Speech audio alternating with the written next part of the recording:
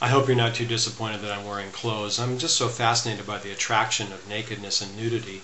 When people remove their clothes, something strange, weird, magical happens, I guess.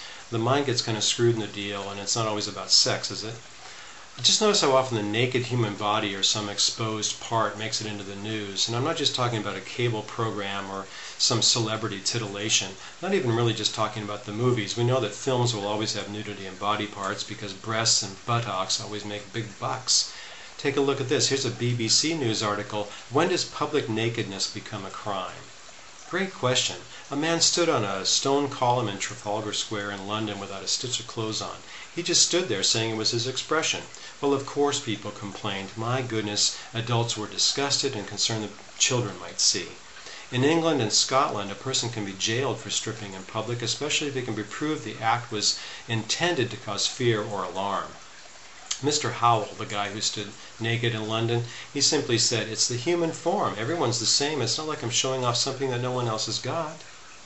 I saw another story from somewhere in America where a small town is torn over a sculpture that shows the butt of a climber climbing a mountain. People are endlessly fascinated and repulsed by these things. Forget Michelangelo's David and other classic pieces. They'd never pass today's prudes and censors. Humanity needs to grow up as a species, don't you think? Nature made us as we are. Why be ashamed of our bodies? Why be fearful and offended by who and what we are, the flesh and blood and brain of who we are? Maybe it's the brain part that most offends us. It means we have to think. Will the chaplain get nude? Well, stay tuned to find out. Use your imagination. I'm already nude under these clothes anyway. Imagine that. Hope that doesn't offend anyone.